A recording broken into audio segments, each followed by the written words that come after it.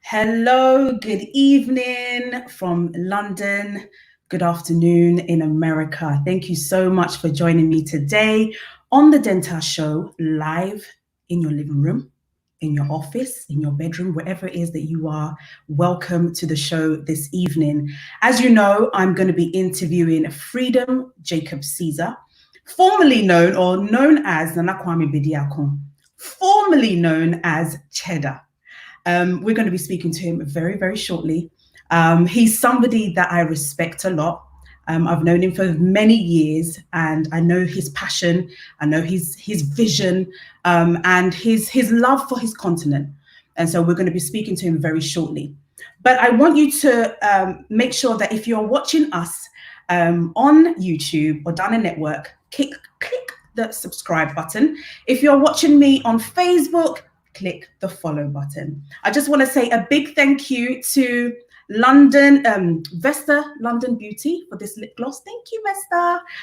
She is launching her new product, which is going to be online. So make sure that you go online, vestalondonbeauty.com, and grab one. And then also, if you are in London and you want to send money back home, make sure that you use Tap Send. Tap Send, you can download it on your phone and just literally do it on your phone. It sends straight to the person in Ghana on their mobile money, and they can withdraw as soon as possible. All you have to do is use the Dentaa code, and then you get £5 extra for a loved one. So make sure that you do that. I'm going to be looking out for your questions today. A lot of people have DM'd me questions. People have private messaged me on Instagram, Twitter, LinkedIn. I've had messages from LinkedIn. You know, everybody's looking forward to this interview, and so am I. My last interview with Nana Kwame was around maybe 3 years ago, and it's actually on YouTube on the Dentaa Network, and we've had over 320,000 views. And so you know that he's somebody that people are Googling, people want to know more about him, and it's a privilege and an honor to have him live on YouTube when you're at home on lockdown, COVID-19. You know, we've been planning this interview actually when I was back in Ghana, and we're still going to do that because I want to go and let you guys see the inside of his properties, amazing properties that he has. And so without further ado, let me introduce you to the one and only. He is an industrialist, a humanitarian, he's a Christian, he's an economist, and he is Freedom Jacob Caesar. Nana. Hi. Good evening. Good evening, Dentaa. How are you? I'm good, thank you. How are you? I'm very well. Just want to see if you can see me clearly. Can you see me? I can see you. I can see you clearly. It's a little bit dark, but I can just about see you. And you're looking fabulous as always, representing the African king. Nana, what are you wearing today? Just some animal skins, prints. And but Nana, where'd you get your outfits from? Who makes your outfits for you? Well, I have one personal designer who I normally does my clothes, and his name is Hugo Monye. I wanted to obviously have a real African designer doing the collection of prints of Africa. So he has been inspired according to like the sort of designs that I like. I tell him what I want, and he brings it to life. Okay. So, you know, let's pick him up. He's a great guy. But Where is he from? Where's he from? Is he in Ghana or is he outside of Ghana? Well, he's Nigerian. He's African. I mean, okay. Nigerian. Hugo Monye collection. Recently, he made it to Vogue. He does great stuff, and yeah. Apart from that, I do wear other stuff, you know, international designers, except that I like it customized. I know you do. Everything has to be customized. Wow. Nana, I want to start from, you know, I mean, we've had a long, in-depth conversation about, you know, how you started. But for people that, you know, don't know you or have never heard about you, can we touch on the part where you were in London? The story of London, and then transition to Africa. Why you decided, you know, to move back to Africa, because you were comfortable here, everything was going well, you were making money, You made your first million at the age of 21. And so what was the reason behind you moving back to the motherland? Well, somewhere 1999, heading to 2000, I had a dream, and I was standing in front of a crowd. This isn't my storybook, but it's good I'm sharing it now. The book is not out, but I think it's chapter 6. So I saw like an infinity crowd, and I wanted to walk back from the stage because I thought it wasn't me. You know, the crowd was too much, and I didn't know what I've done to be on that stage. So I kept looking back and looking at the crowd, but something said to me, well, look into the crowd and see if you know someone. If you know a face, then it's you. So I did, and I just saw a smiling face, but he had 4 missing tooth, and that guy is called Krapa. So Krapa is a security guy that used to work for my mom. So I lived with Krapa as a security guy in the 80s. And so I said, wow, Krapa, what are you doing here? So then I realized that the people might be standing there for me. So the dream just went away. And that was in 1999. Somewhere in 2001, I had this issue, which I don't want to, it's a long story, but I was lying down on my bed after that and looking up on the ceiling, and then Krapa's face kind of appeared again. So when Krapa's face appeared again and I saw the 4 missing tooth, I mean, you can't miss that smile. 4 of the tooth is missing. So I laughed and I was like, Krapa, what is this? Like, what is God trying to tell me? Because I've always listened to a voice, you know, that talks to me, a silent voice. And then I heard a voice saying that Krapa has a 4 missing tooth. He was just a mere watchman. This guy will never be in England. He will never have the chance to be here. You're in the wrong place. If you know that there is a crowd ahead of you waiting, then you should go back to the areas where you find. And that's when I knew that there was a call for me to go back to Africa. It was 28th of November. On the 3rd of December, I left everything and moved to Africa. So, but was it that simple to just walk away and just, you know, go to Africa? See, that's the beauty of our life. The beauty of our life is when we take the most critical decision that the average will never take, that the most will run away from. People will think, oh no, I have cars, I have money, I have girlfriends, I have to be here, I can't move, I can't do. But you know, when you hear the voice, sometimes you have to act upon it like you are a loser, but you win in the end, you know, and that's what I did. So I went to Africa, 2001, and on my way, I realized that I was going to be there alone. You know, because everybody wanted to be in England. Yes. But you know, I hanged in there and I followed the vision, the dream, and the instructions. And it's been 19 years, and we can talk about it. Okay, so I have a question. I think I'll dive in because it kind of fits into what you're saying. So I have a question for Kwabena Amwating, who's in London. He greets you and the family. He says hello, but he wants you to picture something in your mind. The 27-year-old person that lives in Manchester dreams to come to the motherland and contribute to the building of the continent. And you know, he wants to move within the next 18 months. What 2 concrete, specific pieces of advice would you give that patriot that has love for his country in advance of coming home to Africa? Well, a lot of people might want to move to Africa in a search of opportunity, which I wouldn't advise people to do that. Okay. I would rather that they have a drive, a spiritual message, and some sort of vision that they would want to turn into reality. So that way they can streamline the focus and make sure that they have total concentration on what they really want to do to assist the nation, the continent, and the people. You know, if they think like that, they can find a particular situation where they prepare their mind, prepare themselves before they move. But if they just move thinking that, you know, for the sake of opportunity, they're going to make a change in Africa. Africa is very, very difficult. It's a difficult system to live with. It's a difficult place to survive. In fact, people think being successful, it's something to do with hard work and getting there. In Africa, being successful, you simply need to survive first. And it's not very easy to survive in this system. So I think that first of all, they should prepare their mind, their soul, Okay. and that commitment, that vision before they move. Okay. So is that the only advice? Is there any other advice that you would give them?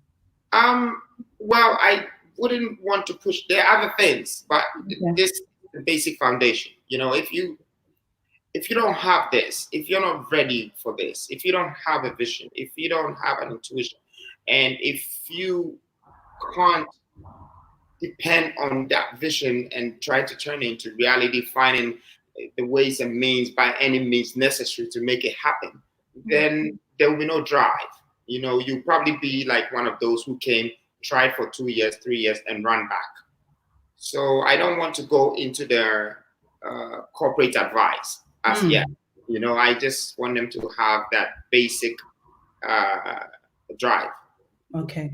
You know, you're someone that always talks about passion, that you have to have passion for something. Why is passion so important in everybody's life, or, you know, in doing business? Why do we have to have so much passion? Because it's the only thing that leads you to happiness.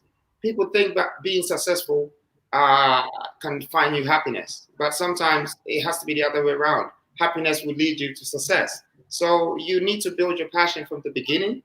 You need to make sure that you're passionate about what you're doing, so the money doesn't intrude, or the money doesn't actually come in between. You know, you feel like whether the money comes or not, as long as you're successful, as long as you're able to, you know, do what you're passionate about, you're happy.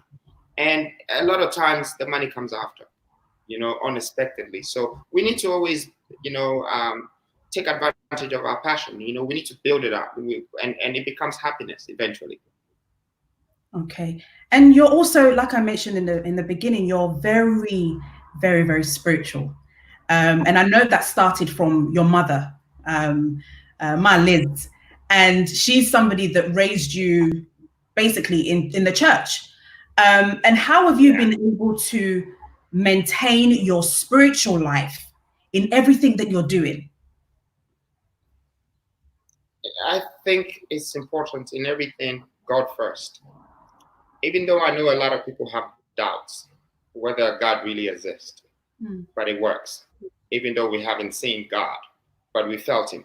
There's so many times that you might think you can depend on your friends or your parents or your nation or your country, and sometimes people just disappoint you. But I've never been disappointed in terms of my spiritual realm.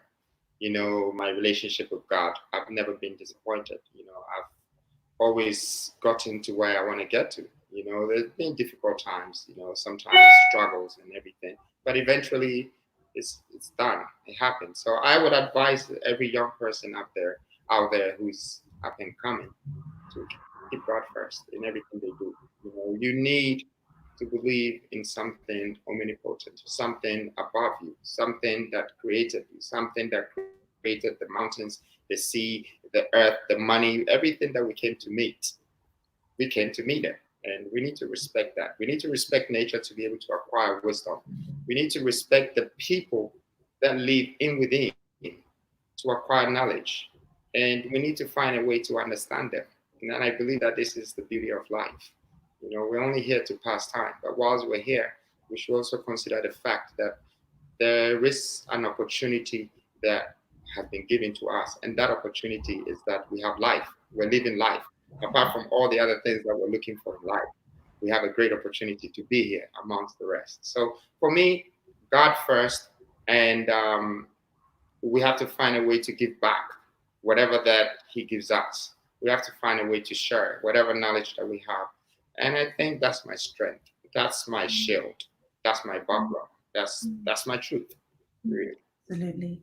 But Nana, do you see that the youth nowadays, do you think that they have the faith in which you were grown up to believe? Do you think that the faith and the spiritual aspect of, you know, of Christianity or Muslim or whatever it is that you believe in, do you think that the youth have it now? No, I don't think so. And I can agree with you if you don't think so neither, because they were born in a swipe days, where technology was highly impulsive, and they started asking computer questions. So they didn't need anyone to teach them anything anymore.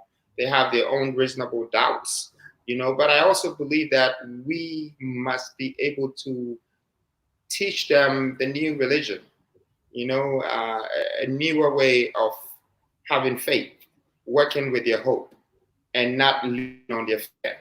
And I believe all these things are part of religion. I believe that, the Christianity that we know, it's a way of just going to church. That's the past. But if you want to adapt to the modern days with the youth of today, you also have to understand the way they think.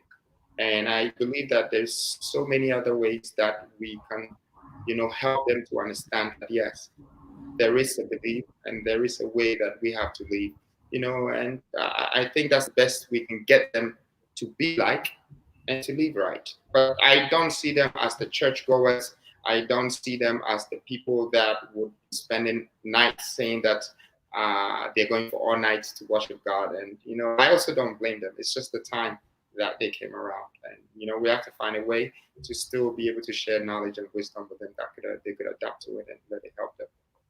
It's one of the things that freedom movement is doing. Banana, in our culture, we seem to be, even when somebody wrongs us, we say, famanyame, give it to God. Like, we don't act upon things a lot because we are so, like, Christianity or faith has kind of drawn some type of curtain around our eyes sometimes. How important do you think that sometimes it's not about famanyame, but actually, do something about it? I understand you. I just think that that's just the level of education they have. We have to remember that religion still falls within the levels of education, and some people are fully educated through a religious study. That's what they know. They went to church, they listened to the law of Moses, the law of Genesis, the law of the New Testament.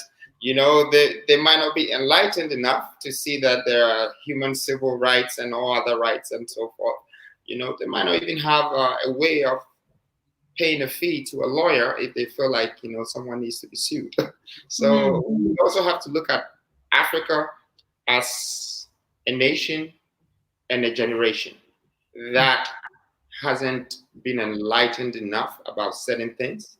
And as much as their belief takes them into a particular corner, we should also remember that we are responsible to uplift them, to teach them, to open certain doors that will make the younger ones who are coming up not to adapt the dreams of our fathers, which could not be turned into reality, and not to repeat their mistakes. I believe that we are the ones who are responsible for that, because our mothers and maybe our grandfathers have almost lived life to the fullest.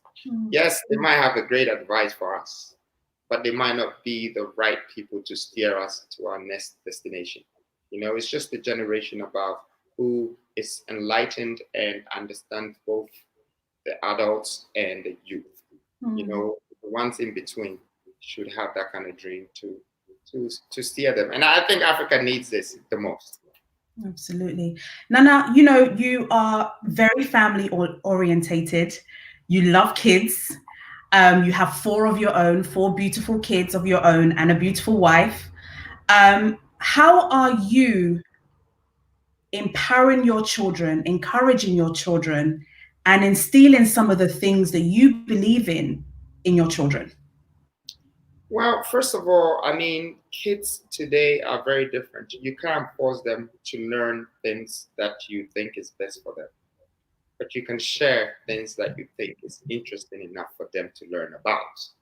Because it's one of the things that I believe has been taken away from us, Africans and Black people. Our fathers were doctors and they would force us to become doctors just because they were doctors. Yeah. If they were lawyers, they would force you to become a lawyer. Yeah. Today technology, it's spread worldwide, and people can have choices and options. And if you try to steer them into a corner, they lose interest in you as a person. So I try as much as I can to let my kids grow to respect me, to accept me, to embrace me.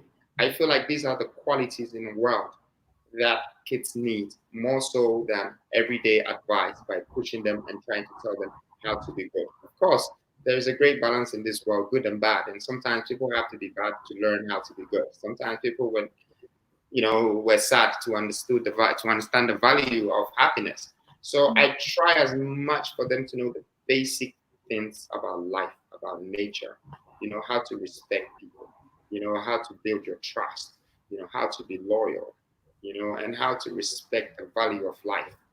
These things, I think, when we learn about it, we have the best of blessings in life.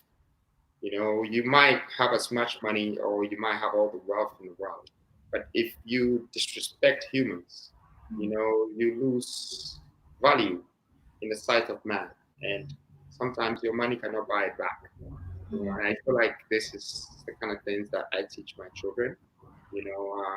I want them to also learn other things from outside. I want them to compare me to other fathers, and I also want them to witness the greatness in me to inspire them to be able to do their own. Absolutely. You touched on loyalty. You touched on trust. As Africans, are we loyal to each other? Do we trust one another? And how do we go forward if not? No, we don't. I think that these are some of the qualities that colonial masters took away from us. They sort of deprived us from seeing the value of our own color skin, and then started to protect our tribal cultures. Whereas we should look at ourselves as a race and a nation, as a continent, to be able to contribute to our continental success or economy. But we are just either tribalistic or culturalistic or some something, some stick. Yeah. We are always adamant on a particular thing that interests or that is in our own interest. And I feel like if we had a loyalty, we had trust for our own people and value, everything made in Africa would be bought by the world, because we will see value in what we do, the things that are made by us, the things that are thought by us, the things that are structured or manufactured by us, and we'll be able to trade with the world. But it's also one of my biggest visions that before I leave this earth, I have to reinstitute that value onto my race. I have to make sure that I revive a national, global culture. I have to bring it back, the history of our ancestors, the kingdomship. This is my belief. This is what I'm loyal to. This is where my trust lies, Nana, but do you think the kingdomship will work again? I mean, do you think that, the way in which, like you're saying, from slavery and all of that, can we go back to the days of kingdomship? Of course, it's the state of mind. I mean, look, if you look 50 years ago, the Middle East, the Arabs have totally lost their kingdomship, and they lost their kingdomship over 5 to 6 centuries, which is 600 years. The last time they were kings and sheikhs and this and that was somewhere in the 13th century, and Sheikh Akhenaton decided to bring back that authority, that kingdomship, by just starting with pioneering. In his country, they barely had anything. They discovered oil on the desert, but with that mindset, state of mind, they managed to build Dubai in 40 years. I mean, that's one of the countries that we've seen being built, in our lifetime. In 40 years, they went from 3 tall buildings to million skyscrapers and one of the best economies in the world. It's the same thing with Singapore. People have done that.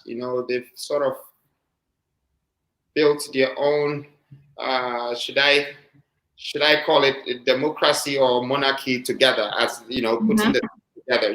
So you have a little bit of law around it, but you have the kingdomship around it. It wouldn't probably be like what happened in the 13th century with the Mansa Musa race. But I believe that this is what Africans, Black people, the diaspora, we have to come back. We have to build our own society. We live in other people's society, and it's not fair on us because, you know, we've had the greatest people. There's the names like Michael Jackson, Mike Tyson, Mike Jordan, Mike Whitney Houston. But when they die, you know, we don't know where their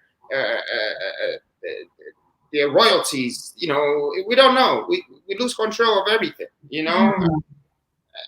That's because they were labeled by somebody.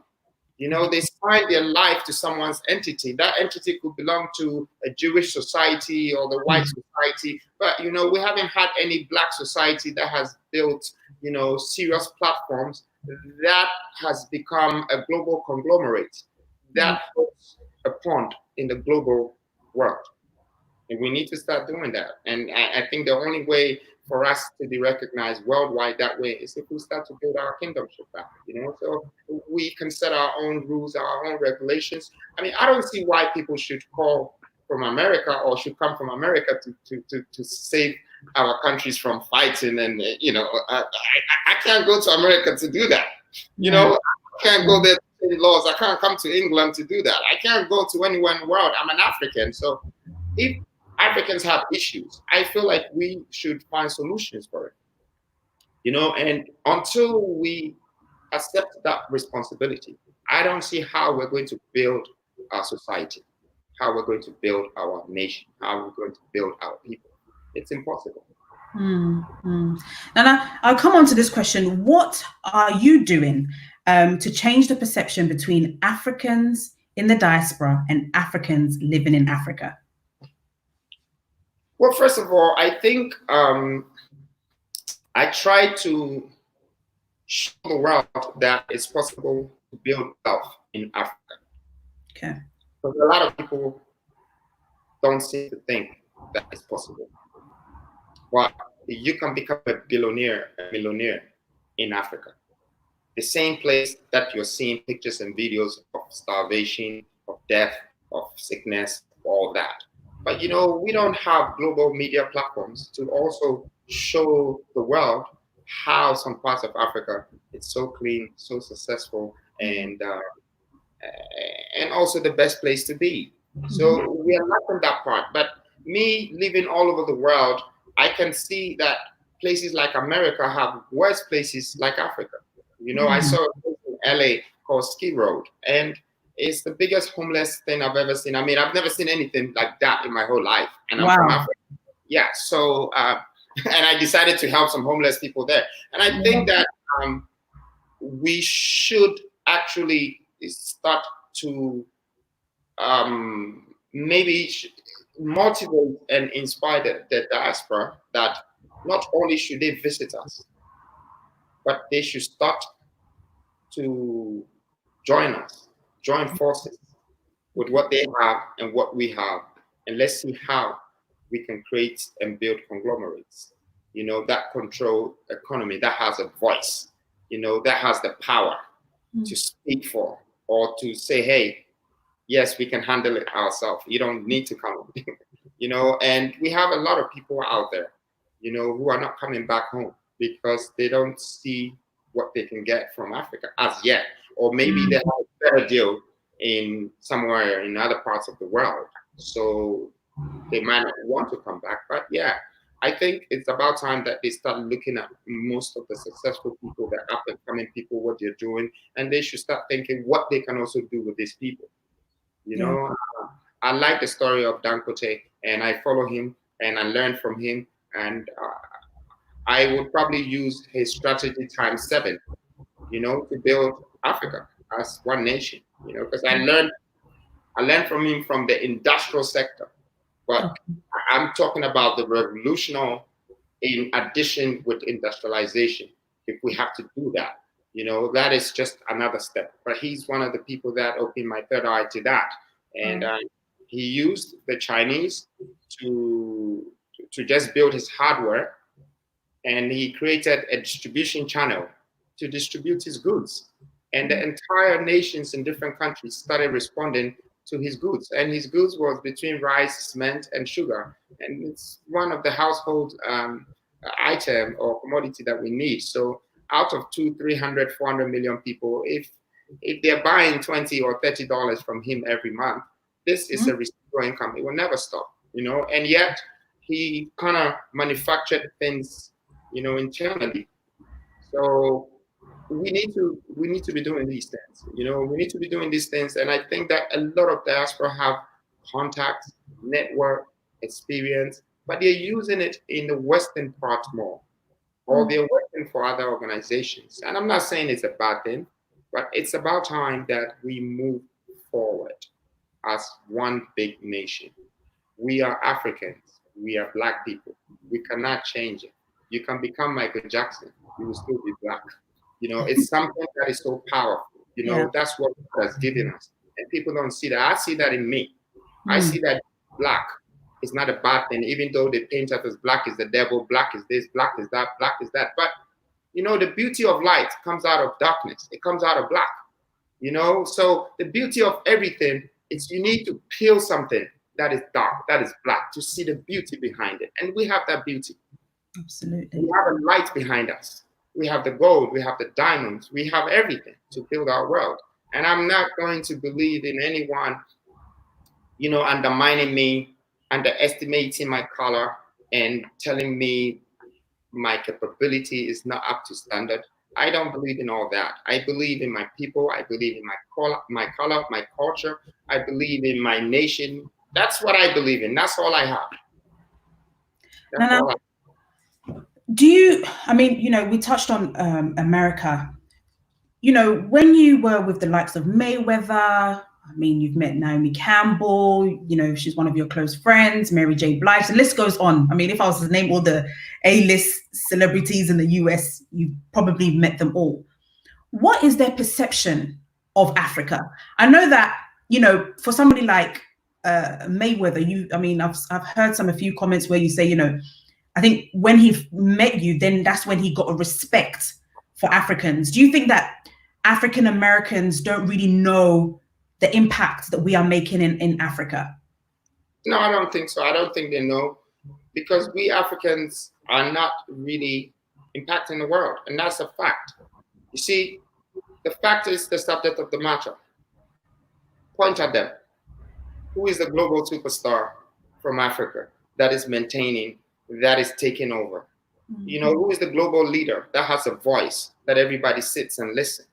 What do we have? Who is our Bill Gates? Who is our Zuckerberg? How many do we have? How many even Dangotes do we have? So they don't believe that there is something going on in Africa. However, I believe that there is something about to happen from Africa. And I think that's what they see in me. They see a myth. They see something that, okay, we haven't seen this one before. Let's see what he's got. Because, and I'm not saying it in the form of me being a braggart, but I haven't seen another person from Africa who have friends. I'm talking of not Facebook friends or hello friends, real friends, from president to footballers to actors and actresses and sports legends and models and you name it. So I have friends in all these circles, and friends that we trust each other with respect and loyalty. And the reason why I believe that I'm doing something good by making sure that I keep these friends, going and build a relationship as well as managing it, is because they're going to begin to see something in Africans. Even though we're Black people who have never looked back as far as Africa, I feel like I could become one example for them to say, no, we have to look at these people. There are people who have what it takes to do what we are doing, whether we're in America or we're in London or we're here. So that is the actual essence of me managing those relationships. It's not like I'm interested to be like them. I'm always happy to be me, because I don't see how I can change being me.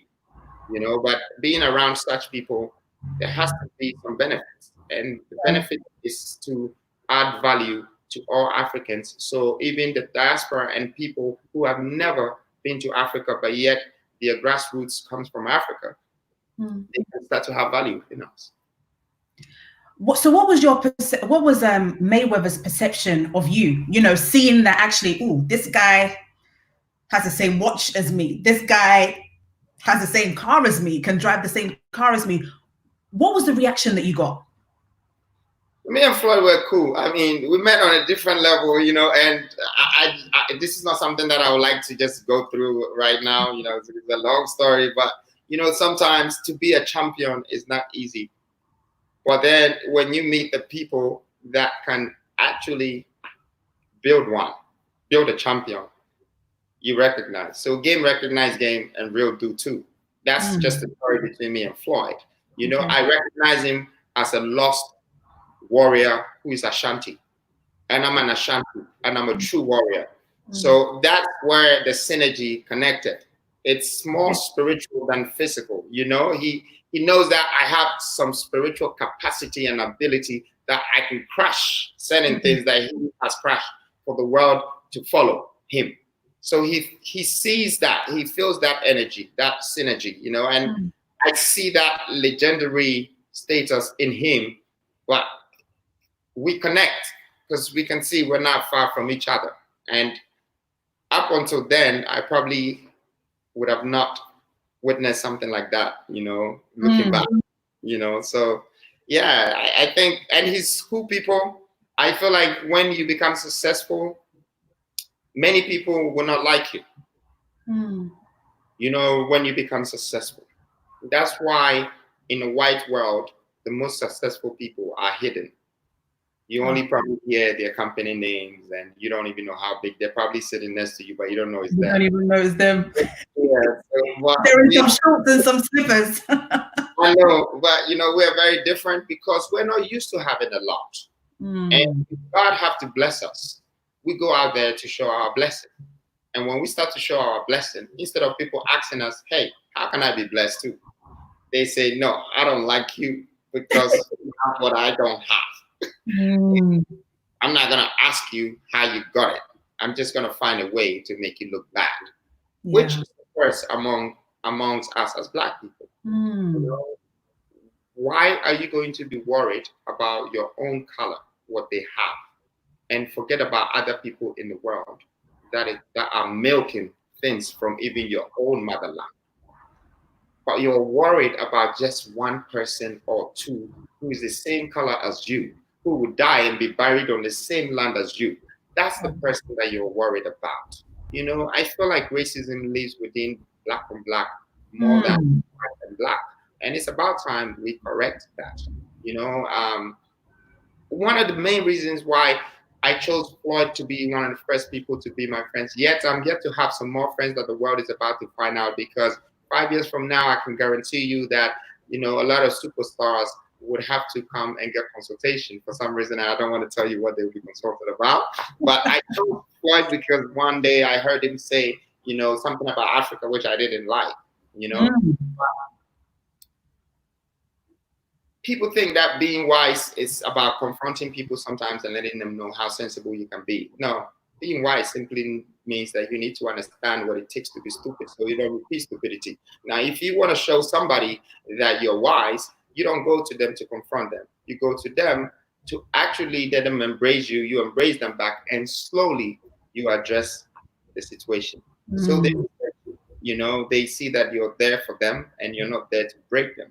And so when I picked him as one of the first people to, you know, to come around me, and, you know, we sat down and we put some numbers together, and he could tell that, yes, the future is big if we all start thinking that way. You know, I feel like we Blacks are not liking each other properly. We are not living for each other properly. We're not standing for each other properly. We don't care what happened to our people and their assets. We don't care what they came to this world to do on our behalf. When it goes away. We don't fight for it. We don't fight for our people. We don't fight for our color. We don't fight for our continent. We only fight one another. We don't even have a reason why we're fighting one another. and then you see a simple virus come around and shake everybody and put them behind closed doors. But as soon as the virus disappears, they'll come right back out and start opening up their mouth one against each other. And I see that as fear. I don't see that as braveness. I think that somebody needs to replace that fear. I'm here to do that. And I believe that the only thing stronger than fear is hope. And that's what I represent. I want everyone that is listening to me right now to understand that if there is anything I can give them that they can inherit from what I've ever gained on this earth, the first will be hope. So they can cancel their fear. That whatever I've become, they are not far from it. They can become 1,000,000 times more. They just need to start building their hope. Remove the fear of how someone has become better than you, so you don't like them. Remove the fear how you think if you let them in, they will become better than you, so you stop them. Remove all that fear and replace it with hope. Start to think that if he does well, then my nation or my color will be respected.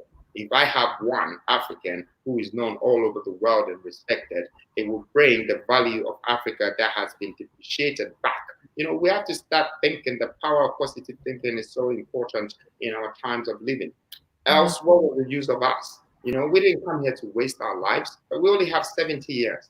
And we keep moving the 70 years. We have the greatness coming out of the talents that God has awarded us, but we don't have any inheritance from that, giving back to our people. So coherently, we can just keep going on and making sure that we are accumulating wealth. We are accumulating grace, glory, and we're living it for generations to carry on, our legacy. It's important. I think Black people need to really wake up. And you're absolutely right. I mean, for me, I just feel like we see so much jealousy in our community, and you see so much support, like, for instance, in the Jewish community, in the Indian, Asian community, you see them supporting each other. And I feel like, how do we get there? And you talk about, us having that hope, but is that just it? Or do we have to, is it that we have to wait for a new whole generation to start, Africa to start again? Because I just don't know how we're going to get rid of jealousy in our community. Hope is a great start. Okay, we always have to start from somewhere. Let me tell you this.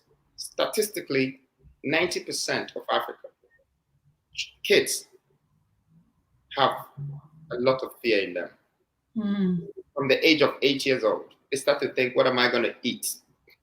Where am I going to sleep?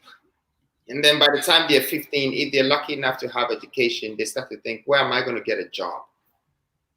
This kind of fear that we grow with makes us end up being jealous if we saw one doing well. But we have to be able to start creating platforms that will create this employment, that will create this residual income, that will create this hope that everyone can look up to.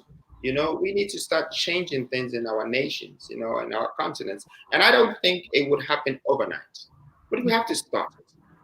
I think in any case, we have moved forward from what we lost in the past. Okay. We were so bad that we were slaves that were brutalized, that we didn't even know half of where our descendants were and our people were. Today, some of us have become the best of musicians, the best of sports legends, the best of presidents and leaders, so we have moved forward. It's just that we haven't been able to come together.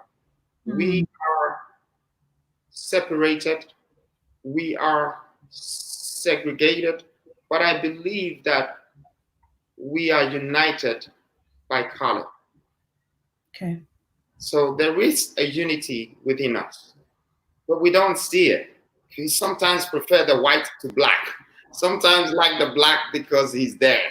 So there's a unity in us.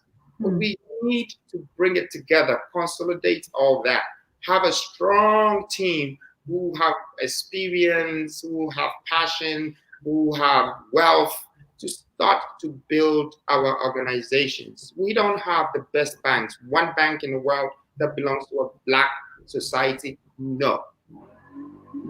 If you want to look for one international you name it, hospital, it doesn't belong to us. A record label, it doesn't belong to us. A lot of things that brings international global revenue doesn't belong to us. But we're the ones running in it. We're the ones singing and doing other things. We're the one controlling countries under these platforms. But what's the leader?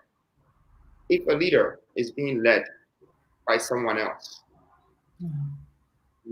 so we have maybe some of our leaders who are already facing, debts, issues. They have inherited problems, democratical problems. They can't say it to the public. They can't share it with the nation. So they have to sacrifice a lot just to keep their cool and keep going, And I feel like we're living on our knees. It's not fair, I mean, I know people who I probably have watched over 3 generations, but they all get destroyed in the end. Whether it's Michael Jackson or Bill Cosby or R. Kelly, I know we're all not perfect.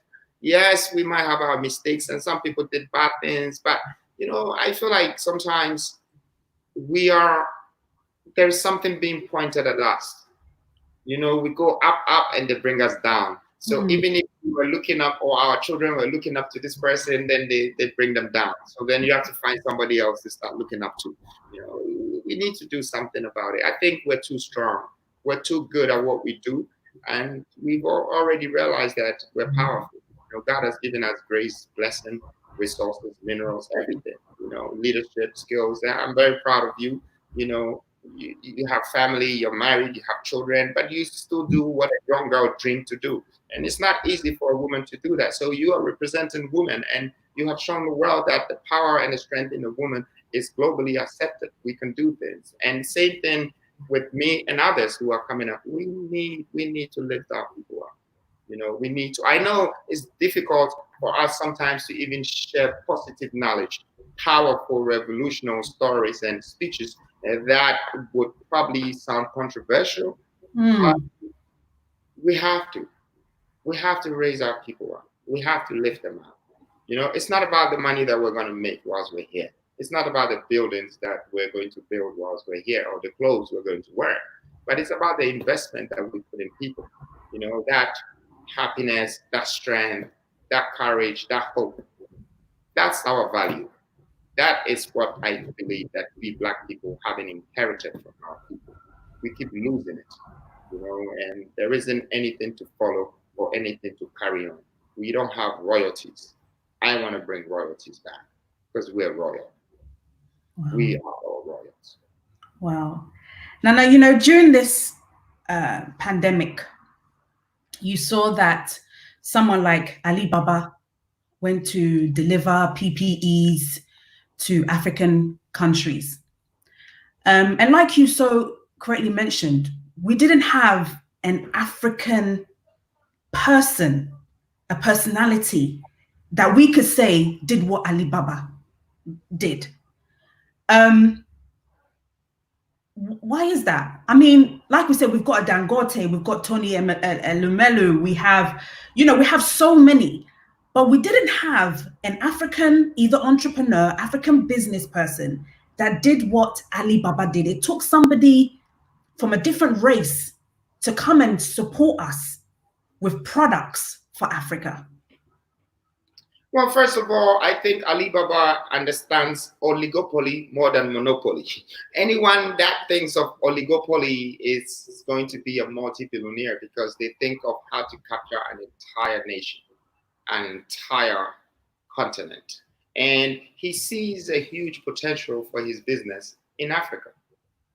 He's already seen it. I mean, we've had 1 or 2 conversations, and of course, he's an intelligent, smart man. And he sees the use of people is more important than the target to money. So he would obviously want to donate to Africa and make sure that is well highlighted. That's what happened. He bought into the right media spaces. So every little, big, small, tall, Black, African, worldwide, this, that, we hear what he's doing. Whereas you probably have people like maybe Dangote or some of these African billionaires would just carry the money and give it to the government, without highlighting it, without having CNN and BBC and all these other people present. So it's not like Alibaba is any different from those leaders. He's just a little bit more smarter when it comes to dealing with continents, when it comes to dealing with population, because that's how they make their money. They make their money from a population. They don't make their money from an organization, a simple institution. No, from the entire population. So, of course, I would call that corporate stunt.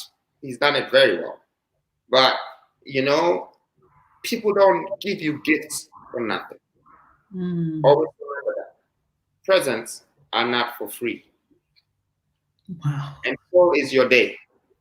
Today, they might say it's a present. It's a gift, but it's not for free. To just spend the day is going to cost you.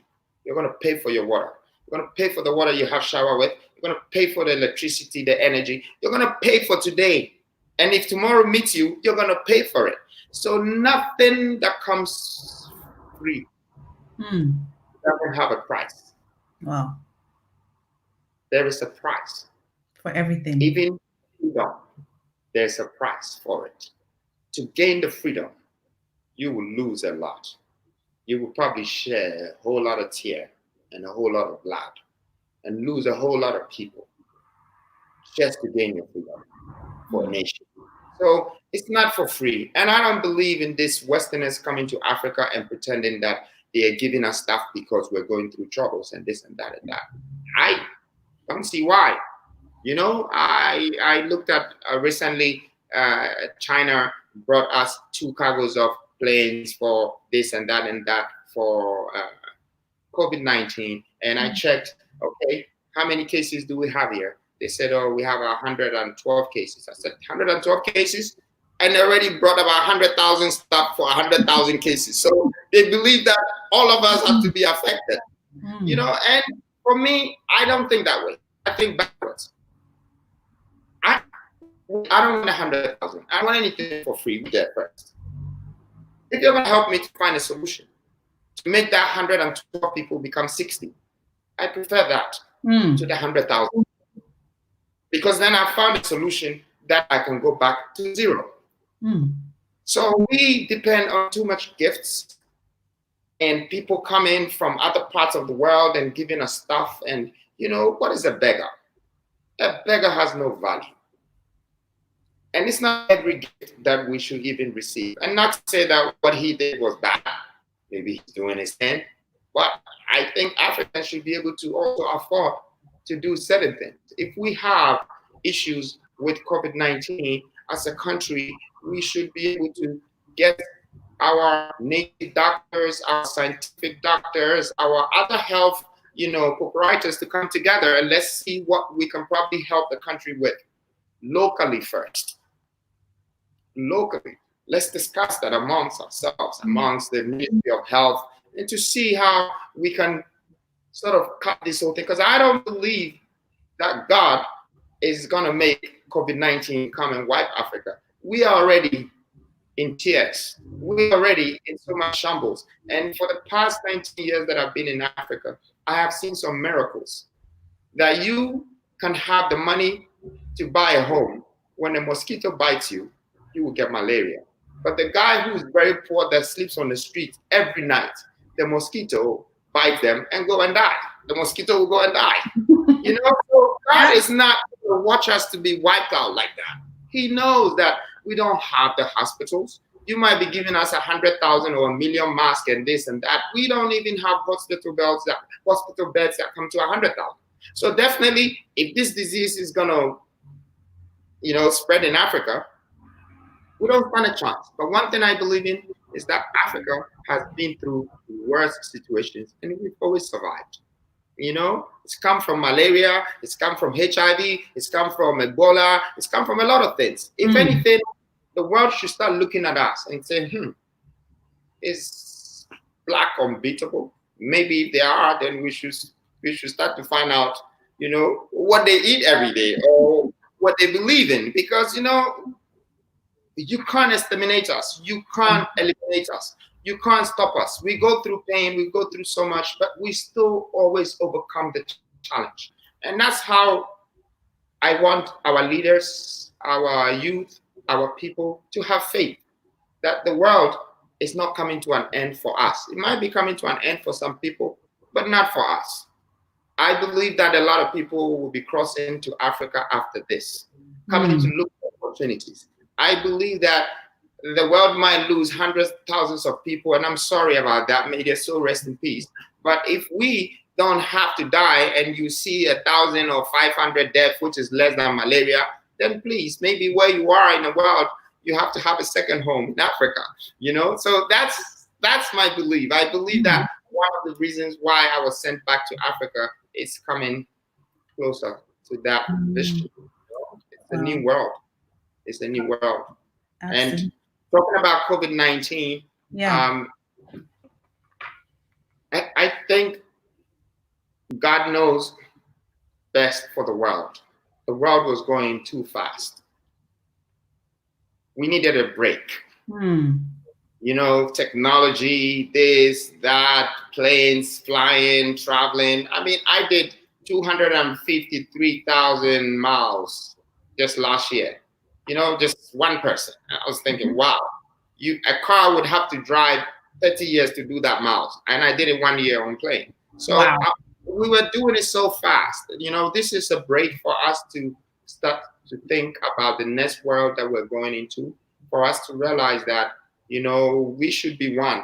We should be able to support each other. It doesn't matter whether we're from Asia, Africa, America, or London, or England. We shouldn't take advantage out of each other, because there is one virus that has kept all of us behind closed doors.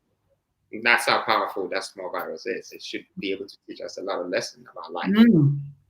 And with this small virus that you're talking about, Africans are being abused in China. You did a powerful video a few days ago where it's gone viral.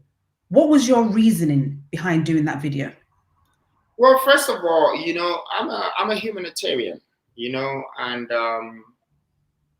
my philanthropical work doesn't have to be just African. It's just about humans worldwide. You know, I went to America and I decided to house 300 people with tents. And their problems that they haven't been able to solve with 1 billion, you know, I solved it with a couple of thousands. Just for me, that's my achievement. I love that. These things lift up my spirit. And for me, being an African and sitting there, and I saw a few things happening between Blacks, Africans, and China around this moment where COVID-19 is something that has pushed everyone behind closed doors. And I thought that brutality was also partial. That's what woke my spirit up. So I woke up not out of flesh to do what I want to do. It was spiritual. I was like, no way. If you are going to sit there in China and look at an Englishman or an American in China, after the Americans are even verbally abusing Chinese, they don't go and touch them, but they start to touch us. And I thought, wow, has it come to that? That means we are the least respected. In fact, no respect whatsoever. And then I thought about other things I was seeing when they did a museum and said, this is Africa, and then compared us to animals, and people were paying money to go and see. And I thought, look, this is an insult that as long as I'm alive, I would never sit there to watch this happen. And I thought, of course, I wasn't going to blame any of our leaders, because I also know their position and their struggles with this global, you know, debt that they have. So it's not everything that they can voice out about it. You know, it's like they're holding them by their neck and they're sitting on a nation. But I thought, what is the point if I'm African and I'm Black and my voice cannot be heard? You know, should I just sit down and wait for the president to speak? No. And is this something that I expect just the president or the government to deal with it? No. This is a racial matter. Black people are all over the world. We are in America, we are in England, we are in China, we're everywhere, you know, but no one really wants to voice out for us. No one wants to speak for the entire Black population, you know, and the spirit just sort of told me it's about time. So freedom movement had to take that stance and go ahead and do it. Even though a lot of people were not interested, you know, the Chinese embassy called me just before I went out there that they heard that I'm about to do this and that, and it's not true, then the misunderstanding. And I still didn't listen to them because I felt like they were not being remorseful. So I went ahead to do whatever I had to do. But it was peaceful demonstration to actually create the awareness among the youth and Black people all over the world that it's about time that we don't take any nonsense from anyone in the world. And this goes to the whole world, not only China. Whether you're from France or England or Russia, or, I mean, you have your problems, deal with your problems. I have my problems, I have to deal with my problems. But, you know, don't use me as a scapegoat. Don't use me as a floor mat. Don't start beating my people up. If you want to fight, you should go and fight the Americans then. The Chinese should go and beat them because they have been insulting them every time on CNN, on BBC. Don't they have news media platforms? They should see it. Why are they not retaliating? They're scared. And so they're not scared of us? Okay. But my problem is very simple. That I feed you with minerals, with resources, and I feed your economy. I grab all the money from my system, from my economy, fly all the way to China and buy your manufactured goods, bring it back to Africa, pay the government 50% taxes just to sell your product. So I'm part of your global success. And when we are in a situation like now, COVID-19, you start kicking us out of our homes. You stopped us from entering restaurants. So one, we don't have a place to sleep, and we don't have food to eat. This is a sign of slavery. That means they would do that to us if they had the chance. And if we don't stand up to talk about it, that means we have given them the chance. And after this, we met them again. I've sat with the Chinese embassy again, and I've told them that I will not stop the peaceful demonstration unless they come forward with the letter of apology. They have to give us a formal apology. We are a race. We are a continent. Africa is not a country for you to say you can abuse. It's a whole continent, 54 countries. Black people, we exist in many countries all over the world. You cannot just do that. I don't expect my children one day to be in Cambodia and somebody just jump on them to attack them. And I don't expect Black people in Africa to start beating or killing Chinese people, because we also don't want to be seen as violent people and killers. We want to live in a peaceful world. If we were that violent, look how much we've lost to the world. We would go fight in the world already, but we're not. You know, we want to live to see our children come out of these bad situations and bad crises and shambles that we're in. But it doesn't mean we should be partially brutalized. And it doesn't mean that the world should also stand and just watch. This is something that the world shouldn't be silent about. It's not fair. They're not doing it to Americans, and they're not doing it to Europeans. They're not doing it to Italians, Brazilians, and all these people, and they're going to do it to Africans and Blacks. We are not accepting that. And if they want us to go forward and still do business with them, which I think we should, because we all need each other in this world, then it costs them 0% to say sorry. But if they refuse to, then they have pride. Then they're arrogant. Then that means they don't respect us, or they don't want to give us that common respect. And I will go for that. I know it might be very hard for some of the government to stand up to say this, but I'm saying it. You know, from the perspective that I'm seeing life right now, if we can't stand for ourselves, no one will stand for us. And it's about time we do that, because no one is doing that. And that's what this whole movement about this demonstration I did, this is what it's about. It's about waking that spirit in us up. You know, we need to be up. We need to speak for ourselves. I mean, yeah. But every person that has tried to speak out has ended up either dead, or they've given up, or something has happened. Everybody that has tried to stand up for Africa doesn't seem to last long, Or because to get... this brings us back to what we discussed earlier, fear. There's so much fear in Blacks and Africans that when you stand up to talk, you end up standing alone. It's like you go out there with your friends and you say, we're going to do this. And as soon as you get there, you jump out and just run away. You know, it's too much fear in us. So even if we stand up to talk, our own people would turn their back on us. They would betray us, or they would be the one that would be manipulated through another country or another race, and then help take up their own people. The story of Jesus Christ and Judas. Please, it's enough of this, China, but it's also enough of this, Black people. You know, let's start to stand up for our own. Let's start to fight for our own, and we're going to benefit. We're going to have rewards. Maybe not this time, but 100 years from now, our children will remember what we did for them to be able to have the value they will have then. You know, and no money can buy that value then. That's what I call an inheritance. This is a social inheritance. It's not a building that will run down. You know, it's not a car that would crash and be spoiled. This is an inheritance that lives with a nation. We need to take stands. It's not just even about us thinking about putting money together and building hospitals and building banks. We need to claim our value back. We need to gain our respect back. We need to be accepted.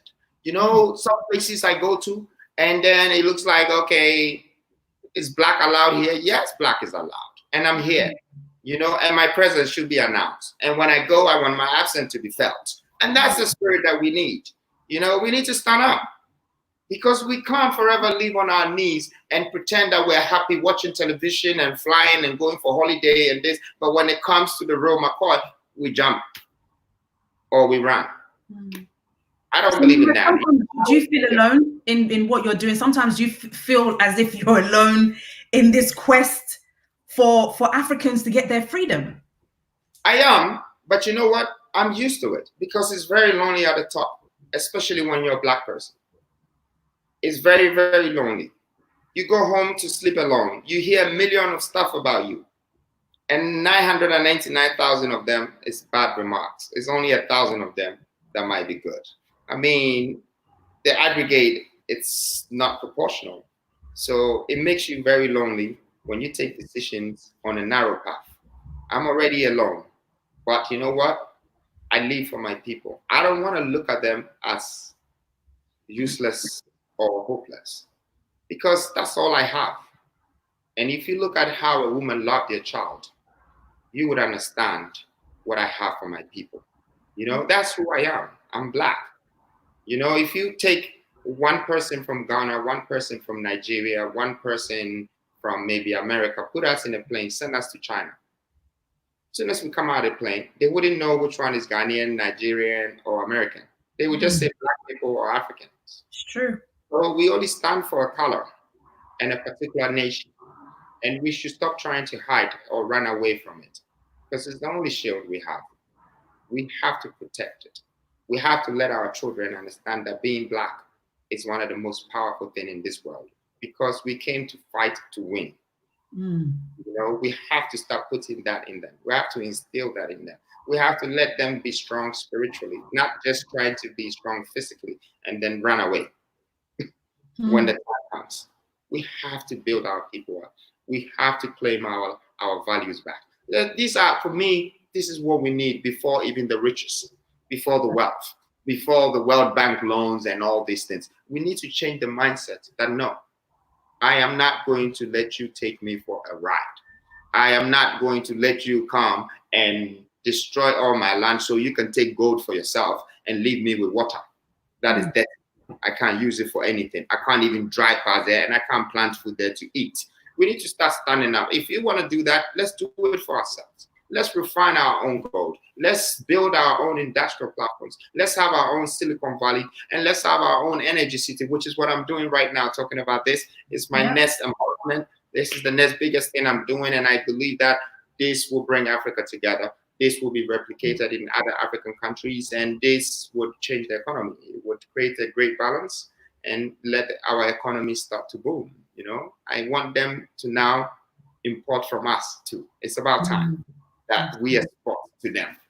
Absolutely. We have the land, we have the skills, we have the raw materials, we have the minerals, we have everything. The only thing left is for them to come and put the hardware, choose the Asians, choose the Europeans to come and put the mechanism, choose the Middle East to come and put the energy, and let's start rolling. So we build our nations like the Dubais and the Singapores. It's our time to do so. It's our time. Absolutely. This is the time, as I keep saying. Nana, I'll touch on, some of the things that you're doing. So for instance, what I've seen that you do a lot of is that you use a lot of Europeans to work for you, right? And one of the things that I noticed was that I interviewed Anthony Pyle, who's the CEO of Blue Skies, who in 2017 turned over 130 million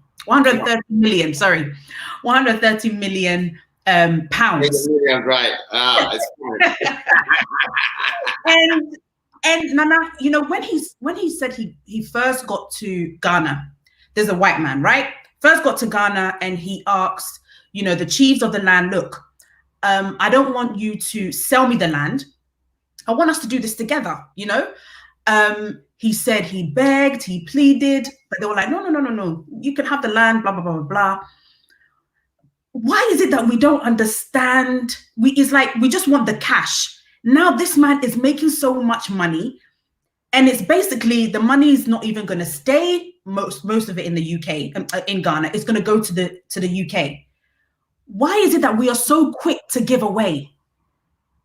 Because, Dentaa, you would only see our problems when you live within it.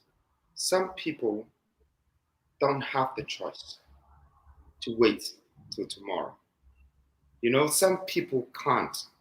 It's so painful to say it. Like when this COVID-19 started and they were going to do the lockdown, they did everything. I sat there, I listened to everyone and watched all the news, and I realized that they forgot the main factor. That some people cannot be locked down because they don't have what it takes to eat. They don't have it. They don't have shelters. They don't have a lot. And there is no substitution. There is no welfare. There is nothing.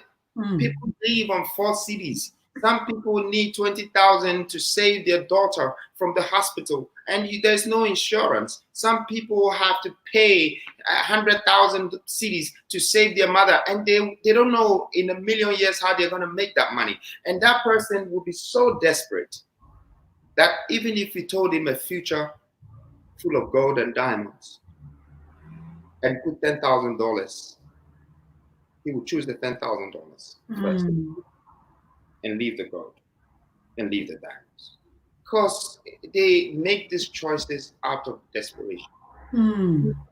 But our systems are very bad. It's very poorly structured. You might pay insurance, and the day that your car will really crash in Africa, then the insurance company will start to ask you all sort of questions and try to actually say, oh no, this one doesn't for you.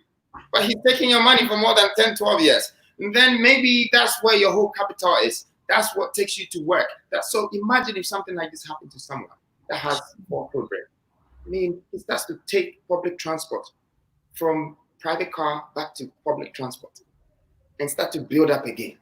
Our structures are poor, and we give away everything easily because we don't even have value for our own people.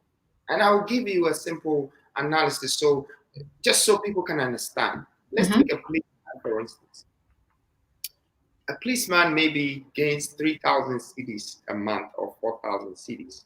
Equivalent to dollars, so people that are watching. 4,000 cedis is about maybe $700 or $600. So let's say this policeman has 4 children and 1 wife. They live in a small bungalow, which is provided by the government, but they have to survive with that $600. They have to pay fees for the kids. They have to pay food, everything for these 4 or 5 people. And then in the building, they either have to put some money away for their pension, or that 600 is not enough, so they spend it all. But this guy have to work for maybe 30 years of his life as a public servant. And this guy definitely knows that after 30 years, he might not have money saved to buy their own home. So he's already considered himself that I'm a policeman, but I'm also half hopeless because I don't see where my future will end. And what I have to take care of my family is not enough. Now, this policeman will be forced to take even a bottle of water or pure water sachet as a bribe to convince him, because every little thing counts for them. You know, the system is choking us. You know, if we are going to change our countries, we need to start to think about how do we build the nation, you know, with a solid foundation. So they don't fall into pieces. They don't sell everything away. They don't betray us. They don't do things. When I look at England, you know, it's not like a policeman might not be corrupt, but what the government is giving them is very difficult for someone from the streets who is doing crime to pay them. They've made their life so better. They're paying for the mortgage. They've given them loans. They give them, you know, help. This person will never risk that opportunity to take something little from someone to think that they're going to feed. So these are the problems. It's not like we are giving everything away, but that's the main problem. And you know, another thing is, if someone came from outside and came to Ghana, he sees more opportunity than the ones who are already living in Ghana. He sees it clearly. Oh, this is a land. I just need to put a machine, generator. I need to start producing. Up to now, banks don't even give us loans. They don't give the local people loans, but they're quick to take our money. The banks and the churches, they're no different. They both have collection boxes. The church takes the collection for God, but the bank says, come and open an account to put your deposit. I don't have anything for you after. It's the same thing. You know, they don't have loans for our kids. They don't have student loans. It's very bad. So it's all things that we need to start looking at. That those people who are out there in financial institutions from the diaspora sector should start to think about how we're going to build a continental financial platforms that can support the system. You know, there are 14 French countries that are using one money, CFA, but really the economy is not connected. So somebody needs to come and sort of put all that together. There are people out there that have contacts that can help. And let's stop depending on IMF and the World Bank to come and do every single thing for us. I think we need to start doing all these things. Our people are in trouble, and the most are in trouble. The most. Nana, so one person has asked, Kojo Kwating says, what is your vision for Africa / Ghana over the next decade? What does success look like for the African continent in 2030? Yes, I believe that from 2020 to 2030, Africans should be able to establish all our industrial platforms. We should move from the mindset of retailers to become industrialists. The greatest people in this world that built their world and built their countries thought like industrialists. You know, you're talking of the Rockefellers, the Andrew Kennigans, all these great people, you know, the Schumann and all these from Singapore and other parts of the world. They all thought like industrialists. We need to start creating industrial platforms. Stop taking the small money that we have in our system and going into other people's country and buying things from them. We need to start to create distribution channels, and that we will be able to distribute around Africa. So we don't have to wait for 6 months to get one product to finish our house. So we can build Africa quicker and faster. You know, we need to create technology platforms so we can understand the value of speed. You know, how to move very fast with things and transmit informations and share data and, you know, create that speed within our developments to have efficiency. You know, we need to start to sort of create a great balance between democracy and monarchy. You know, we need to decide that are we going to sit there and watch people with a particular party to just come and rule for 4 years, and about 10 people are fighting them, and so they can't do anything within 4 years, and another one wants to come. Are we going to sit there and watch them fight over the chair? Or are we going to set up the right leaders who can rule over our nations? So they don't come to power and protect their chair. They come to power to protect the nation and build the country. And these people would lose in some of these laws and issues and tax incentives and all these things, and slowly lubricate Africa's vision. So the world will start to see that we have become producers. So we need to start recycling what we have. There's a lot we can sell back to the world. There's so much we have that we can sell back. Even stones are for sale. Everything in the world is for sale. It's how you can manufacture it and produce it and package it. So we need to go into industrialization. We need to build technology. And most of it all, I believe that we're forgetting that we need energy to power all these. But we do have the resources from gas, dams, water, valley, coal, everything. We need to start to use all these things to provide ourselves with energy, and Africa will become the #1 continent. Absolutely. Nana, somebody has texted me, do you have presidential ambition? Everybody asks me this, like all of a sudden, people used to ask me when I was young, are you a gangster? and I thought I was so, it's a mentality. I don't currently look at myself going that way, because I feel like it's also one of the hardest jobs to do. You inherit a lot of problems, and you're forced to solve those problems. And if you're not able to do it, they call you a failure. So I don't look like that. However, if it's a calling, if it takes me to stand up for a nation, to stand up for my country, to stand up for my continent, then so be it. I will become it, because everything that I believe that I want to be or I aspire to be, I get it. I get there. It comes with struggles, it comes with dedication, drive, passion, but I can get there if that's what it needs to be. Currently, I feel like it's more important for me to concentrate on creating industrial parks, platforms that will become the hubs. So we need hubs in Africa. And if we can create those hubs, we will start to see how billions work.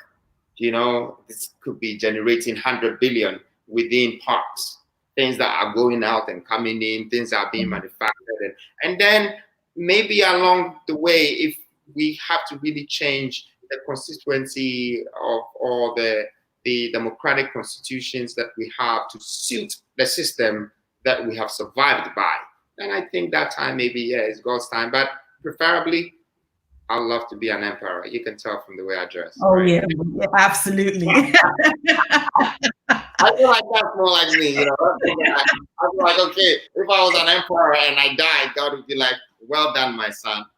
When you want to go back to this world again, I'll send you again. Something like that I'm looking at.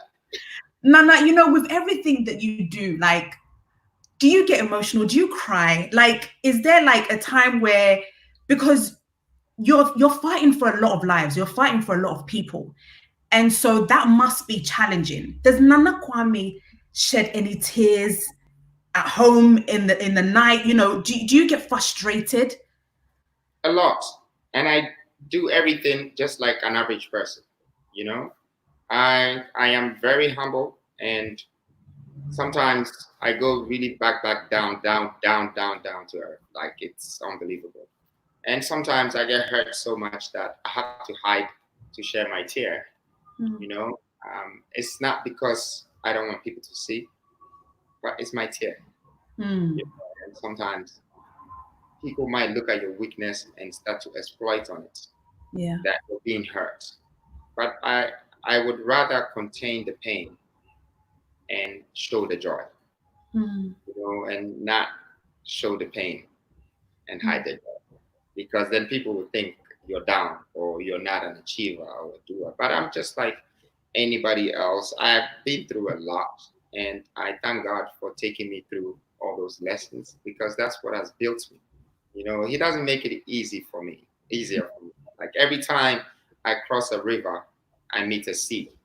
Every Wow. time I swim an ocean, I meet the land. And when I'm about to jump onto the land, I realize that, oh no, it's full of crocodiles. I'll be the only food there. So I have to jump back in the water and swim again. So Mm. I've been floating a lot and I've been through a lot of pain. But it's going to take some time for the world to understand truly who I am. Like even Jesus Christ, his story was so interesting, but no one saw it until he was 30. And it only took 3 years for people to see, that greatness that God had ordained him to to be a part of this world and to show this world. So I feel like there's more greatness in me that is yet to reveal itself to the world. And God is still in control. And me, I am holding on tight. So he knows I've been chosen. I'm ordained. I'm anointed and appointed. And I will tell you that I will not fail you. The fear of death does not scare me. But life having value is what really brings me joy. I am not going anywhere. I'm with you. Wow. Nana, what does the 12 tribe of Judah mean to you? You often say, what does it mean to you? So basically, David was chosen as a king and he was underestimated and underrated. And he was the last person they thought he could be a king. But before that, that whole nation was split apart. The nation that Moses brought all the way from Egypt was spread apart. But when David became a king, he fought to bring it all together. I feel this spirit in me. I feel like Africa is still segregated within 12 families, 12 nations. And it's also been betrayed by 12 apostles. So Jacob, representing Israel, which is the 12 tribes of Judah, means a lot to me. And that's where I see myself. I see myself like I am in the midst of shambles on a land in Africa that if I were to take it back 2,000 years ago, it would be Israel. Wow. Deep. Tale, today you're dropping nuggets. People are saying, Dentaa, he's dropping, people have got pen and papers writing things down as you speak. And one of the things that you always say, Nana, one of the things that you always say is that don't tell your dreams, live your dreams. Yeah. Why? I mean, it's hard to live your dreams though sometimes. I mean, how do you live your dreams? The people that woke up this morning and still found themselves sleeping are the ones who are still dreaming. The people that got up this morning and went out there to chase their dreams are the ones who are seeing the reality of their dreams. And a lot of people like to tell their dreams. You shouldn't. Okay. Even Joseph, with all his blessing, when he told his dream, his destiny was changed. So a lot of people don't want you to be who you think you're going to be. So you just don't share your dreams with them. And my friends will tell you, they will all be my friends, and they hear me say so much about what I'm doing. But before they know, the next move is bigger than what I'm doing. That's how I live my dreams. Wow. I don't tell it. You're amazing. Nana, so the New Africa Foundation was founded in 2014. Yeah. Tell us about some of the things that you have been able to do so far. Well, so the New Africa Foundation, basically, I got inspired by a little kid that I met in Mali. And the story of that kid really touched my heart. And when I decided to go deeper into it, I realized that there were millions of kids like him. And so what did he do that made he touch your heart? What did he do? Oh, his father was okay. His mother was very poor and his father died. But when his father died, his mother was still there. It's just that I think he's Muslim and they had some rules or something. He had to go to his grandmother, and then he ended up with these kids, a bunch of kids, and that particular kid had 3 different diseases. He needed help. Nobody could help him. So I decided to pay for his operation, which cost me about $18,000. Wow. And he survived. And when he survived, I asked him a question and he answered. but he smiled. When he smiled, something lit up in my life. I was like, wow, this is so great. This guy would have been gone. So the fact that he came back to answer a question for me and smiled, I decided to look into kids that were in that kind of situation to help them. Okay. And then I ended up, feeding like 1,000 kids at the time. When I found out more, then it grew to 10,000, and I started from Mali. So I decided to find out how Mali became what it was based on what it used to be, and that's when I found out about Mansa Musa.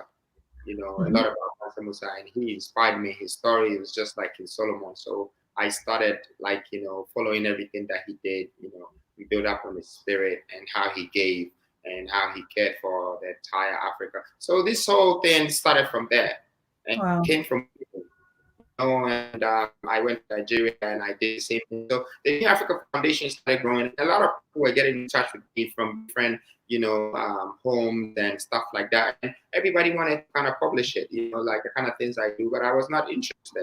And it started growing. And then even more so, New Africa Foundation, like in my church and stuff, I started putting some of the things that I wanted to give to churches, towards churches. So like 10% of my wealth. And I realized that it buys a whole university. I'll buy a university for a church and I'll keep quiet, which was over millions. And God would say to me, if any kid has your heart and as strong and as powerful as you will find another one of you, because I have a heart to give. I don't want sometimes to be even mentioned. And I feel like that's the power that I have over people. They might see my faults or they might see things that is wrong with me. I don't see anything wrong with them. But then one thing I have over them is what I can give, they can't give it. So that's the only difference. And New Africa Foundation was built this way, and then slowly when it started to impact a lot more people, once I got a phone call from someone in UN, because I wrote to UN a letter when I went to Liberia to do something, and then I didn't get a light, and they were the only people that could give me a generator. And, very heartfelt letter I wrote to them. Wow. My number, but they called me and said, they wanted to be part of what I was doing, in Africa. And I said, I'll think about it.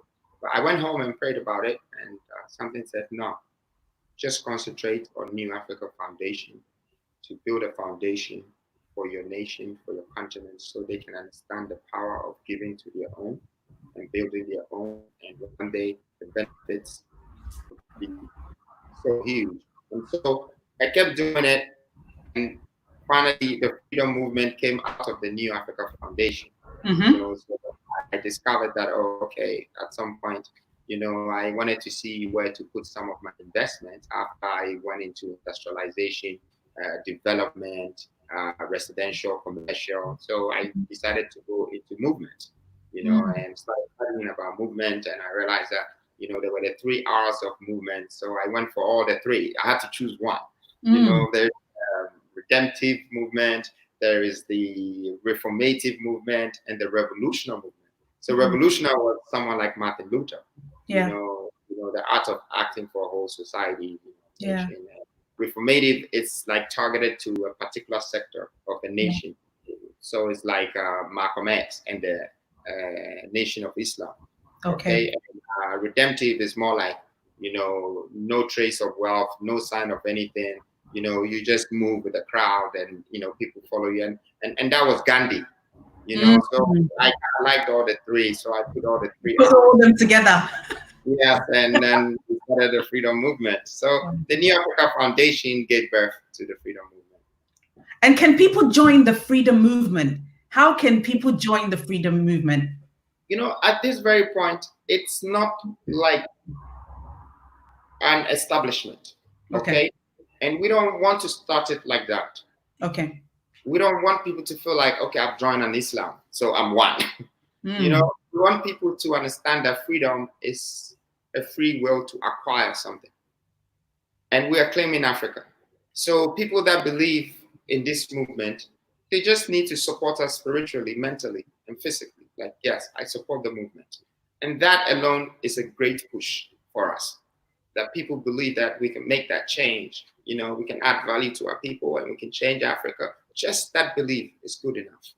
You know, there's going to be a time that people will be fully dedicated to the movement and say, look, whether I get paid or don't get paid, I will walk or I'll travel or I'll drive my own car to go and share the word and make sure that the world is part of this. There's going to be that time. But, you know, as from the start, freedom movement is free to join.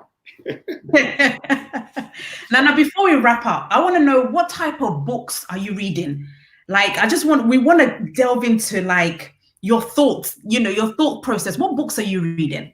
I read all type of books. I mean, some of my favorite books, you'd be surprised, was Michael Jackson. And even I read a book, Adolf Hitler. You know, I wanted to know why he was so evil to the world. And it was quite interesting. You know, I read all sort of books. You know, I've read Essentialism, but I don't think it's only to do with books, because people shouldn't just depend on academic knowledge. They should also depend on spiritual wisdom, natural wisdom. They should learn from nature. They should learn from culture. They should learn from their own systems, their own economy. One thing that people should always remember is that you can never learn to be like the best, because the best will never want you to be like them. He protects his number one position. But you can just learn from the worst and decide not to repeat their mistake. That alone is a great strength to start with. And this is something that you can learn from nature, which will become your shield, you know, and you can also learn from what people need as the public. How can I help the public to sustain their demands? How can I be a part of the national demands? How can I supply something to them? You know, these things they don't teach us in school. You're not going to like have a dictionary that tells you how rich means and how to become like one.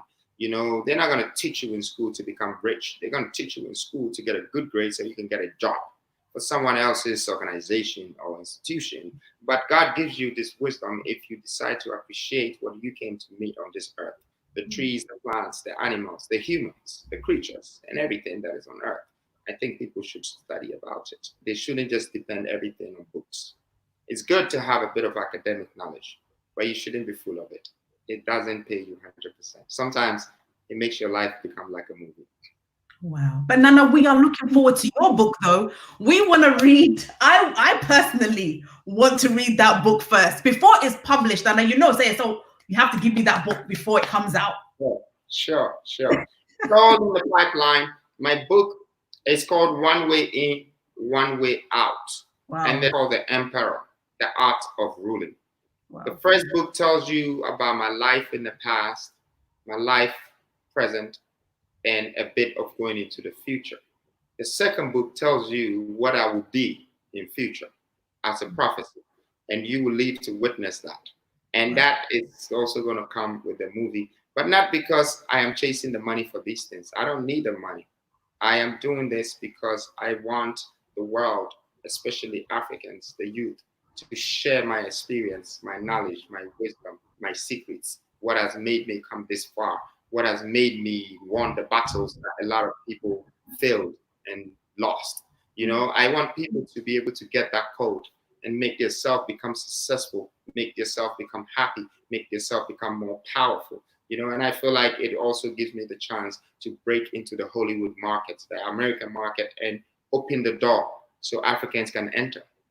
You know, I have AMF, which is African Media Fund, and we're going to be funding the second movie, which will be coming from the story of Gaddafi. There is one that is going to be about Aliko Dangote. You know, we have great people. We have the Yas Antois and the Kwame Nkrumahs. You know, how AOU came together and how it was sort of dismantled by the Europeans. You know, that's the new stories that the world needs to find out about our history. And I think I'm about to open that door, but I'm starting with one way in, one way out. So it's the same. So basically, like the same door you used to go in, you used to go out. That's right? What life. That's what life is. You know, we somehow got created by going one way in, one way out, one way in, one way out, and we woke up every day one way in, one way out. one way in, and just how we came in, we went out on the ground. So that in between the one ways is where you capitalize on your experience, the lessons, the people you meet, the creation of God, the beauty of life. You know, it's like this. You can't miss it. And so if you become a part of it, you have to make the best of it. Absolutely. Nana, do you do mentorship? Do you mentor people? Are you instilling these things in the youth? Yes, I do it sometimes for free because I feel like I just want to share my knowledge. But I believe that my management team, it's building the character freedom with the Freedom Channel, so we can get to the millions and hopefully one day to billions of people. You know, and that's why my book, my movie, all these things are in the pipeline. You know, I chose not to be a rapper or a musician or a footballer because my dreams went beyond that. You know, I wanted to impact the world. You know, I wanted to be one of the people that left a legacy that is not just about me scoring goals or being the best footballer or being the best musician, but I wanted to be one of the best humanitarian. You know, came and saw and conquer and left so much behind that a nation arise, not one man, but an entire nation arise. That's my vision. That's my destiny. That's where I'm going.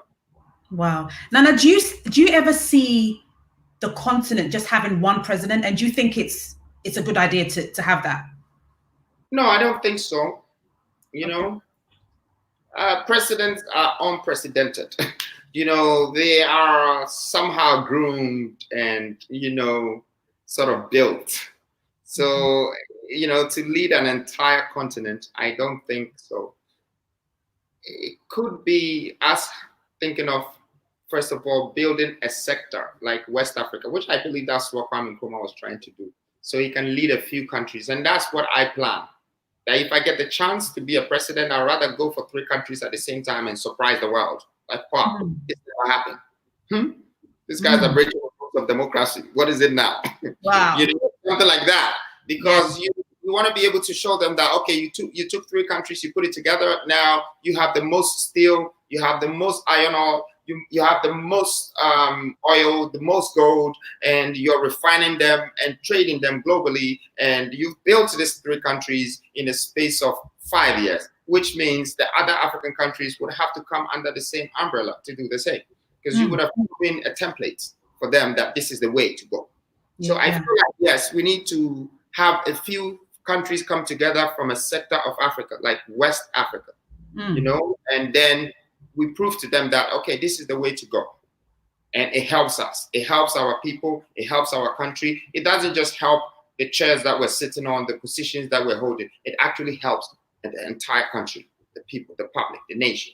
And people will jump and follow the same thing. Because even our presidents, as much as they put them in that position, they feel so sorry for themselves that they had a good intention for Africa, or they had a good intention for their country. But as they sat on that chair, everything turned around because they inherited all the problems that one cannot bear. But no one tells you before they inherit it, you know? And I think that we should start from a few countries. We should aim at West Africa because the mentality of West Africans is also completely different from North Africans or East Africans. But it doesn't mean that we're any different as a continent. We can only adapt if there is the right examples, you know? So just as much as the colonial masters were adapting to colonize countries when they came, like different countries, and putting them together, that's the same thing we have to do. We have to start to put our countries together. And even it takes us to think like colonial masters. You know, if we are blacks and we're colonial on our own blacks, fine. That's not a bad case than somebody else coming to colonize us. And then use their own strategy to beat the game, because they would have not survived if they picked only one country.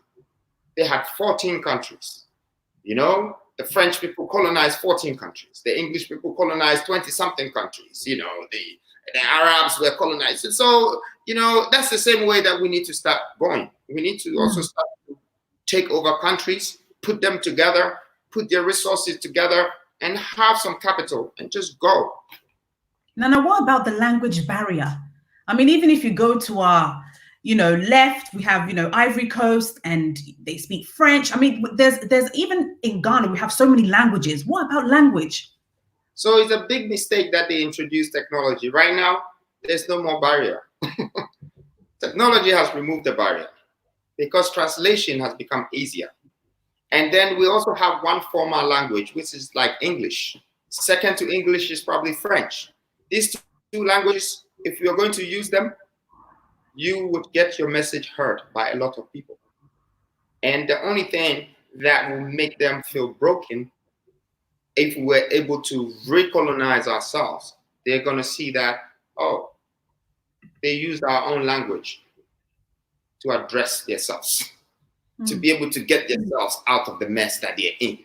You know, because you can't use any other dialect. There's so many of them. Now they splitted us up. We're segregated. It's like one country has maybe 40 dialects. It's like you can't speak in different languages to get to these people. But you find one formal English or even broken English, and you have half Africans understanding you already. And we have to just the same strategy that dehumanized us, that separated us, that same strategy we should use to unite us, to build us. It's one way in, one way out. Oh, I'm waiting for this book. Now we're getting the book this year. 2020? 2020, yeah. 2020, June, August. Corona vibe goes, you know, because I'm doing something to clear it. I believe that, you know, first of all, the freedom movement wants the entire Asia, China, to write an apology letter to Black people and Africans. And they have to do it. And if they don't do it now, I will let them do it anytime soon myself. If my leaders, if my people don't stand up and push that agenda, we have to let someone say sorry to us. We have to let the world understand that we deserve an apology. And, you know, that would be a beginning factor of us demanding our proceeds and what we need to bring our hopes and our values back. And I'm sure by the time the corona also clears up a bit, we will be going into another world where there are the prophecies of people coming back to Africa, running back to Africa, as we're saying, and start building all these platforms and, you know, creating global wealth. It will be the right time to also drop the book.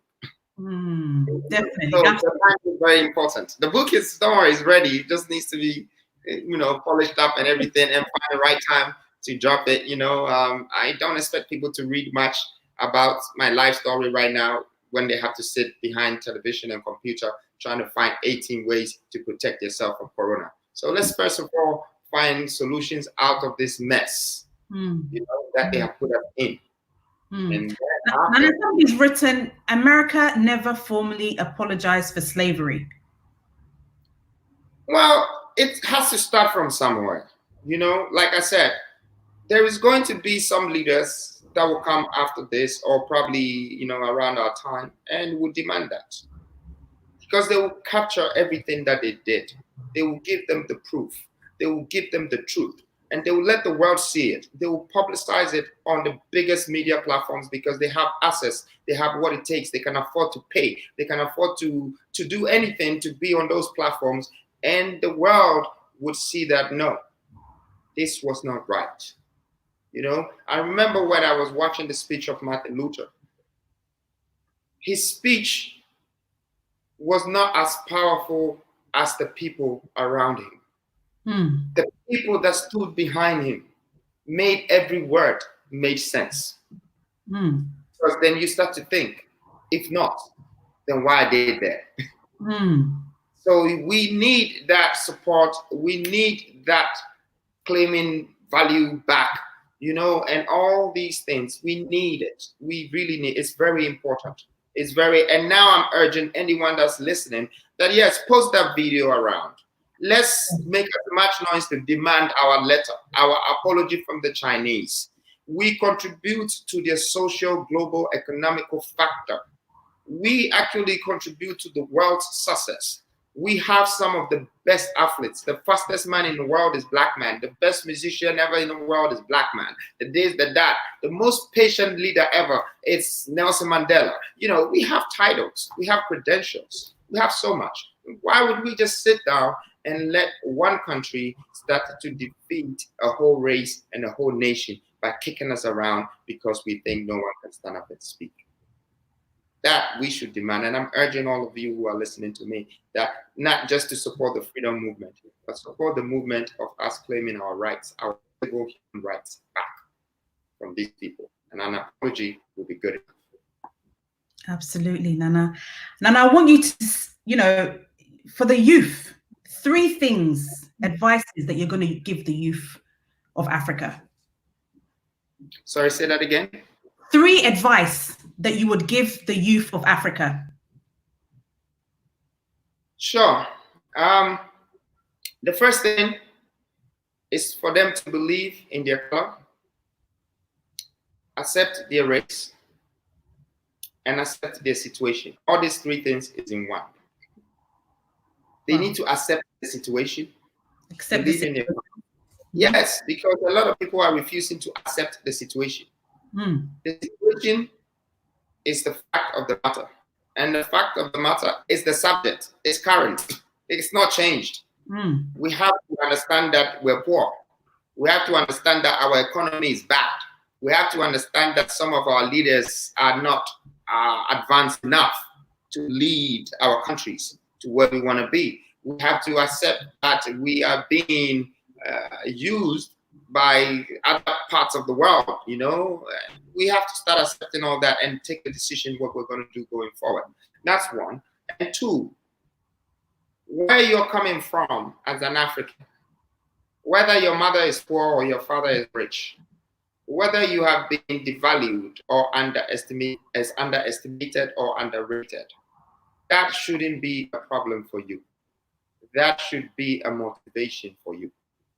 That should let you know that you have some work to do to change that perception. That alone is the big drive to take you somewhere. And then the last one, which should have also been part of the first one for me, is that why would we destroy what we have helped build? We've become many by multiplying ourselves through ourselves. Our wives are blacks, our children are blacks. So we have built a nation, a society, but we haven't built a system around it. So every young person who is coming up should start to think how they're going to build a system around it. Because when I lived in England, I looked at a system in my neighborhoods, how I can survive, how I can trade, how I can do things. When I was 16, 17, I started reading maps. I was interested to know what is between the Pacific and the Atlantic Ocean, you know, and I wanted to see, and I understood logistics and other things. So my mind was growing, my head was opening, because I looked out for the nation, I looked out for the community, and I think that's the last thing I want them to have, that they're responsible for their own people, where they're coming from. So they should start to build a world around them. That's what would motivate them to become entrepreneurs, leaders, great thinkers, and great people. Absolutely. And lastly, for us in the diaspora, what 3 things or 3 advices would you say to us? First of all, I think the diaspora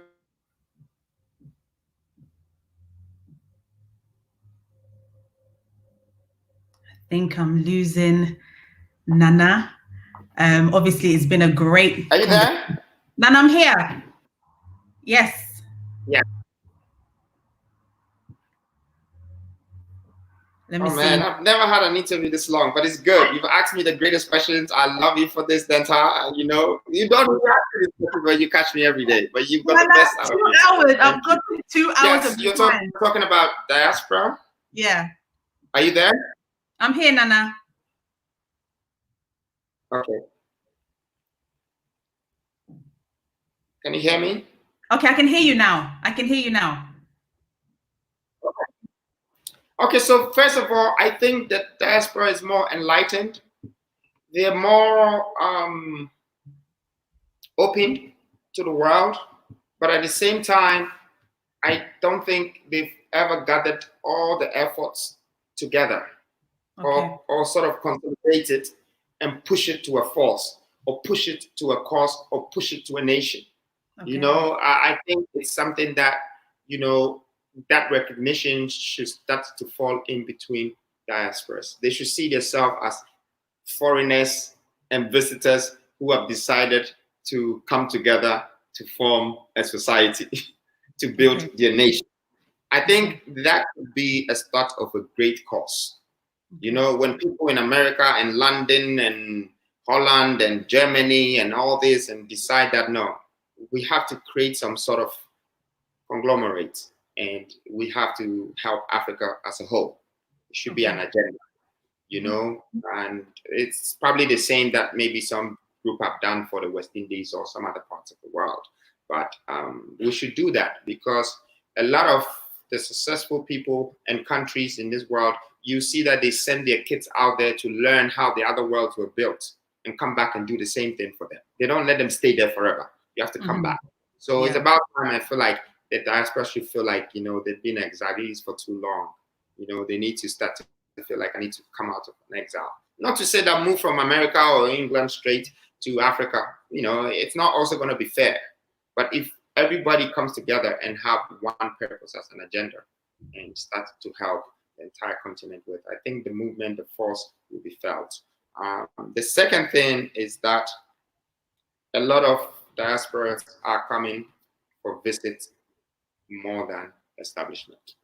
Okay. You know, they just come to Africa, they come to the countries, they see our problems, they can even tell it better, but they also don't come with a solution. They don't, you know, but they have the skills, they have what it takes. You know, I know it's hard to say this, but I'm saying it politely, so, you know, no one gets offended.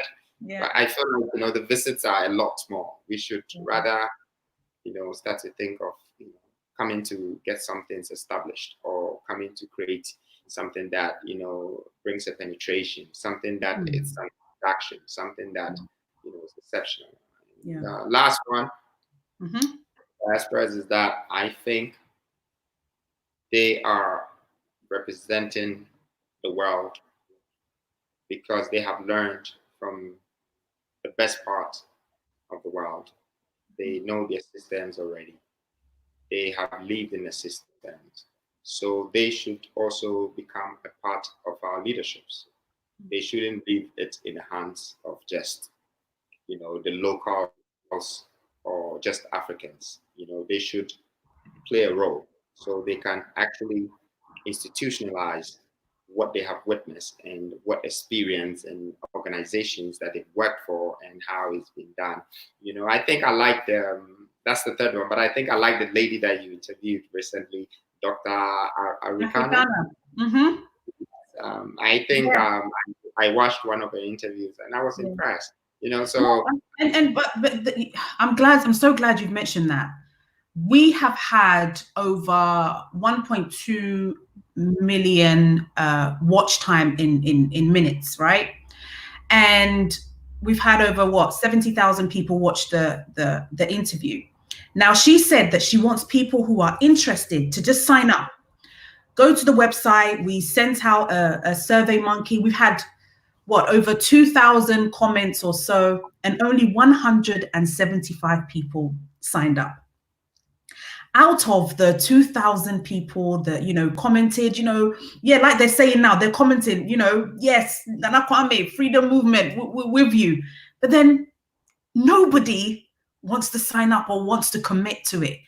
You know, and I think this is the issue that we have. We say, yes, the time is now. And then when you put something out there and you want people to support you, I remember we did a British Airways campaign when, you know, British Airways has given us old planes. We did a campaign as Gooba to get people to sign up, and nobody was signing up. Yeah. Like we say it, but we don't action, Nana.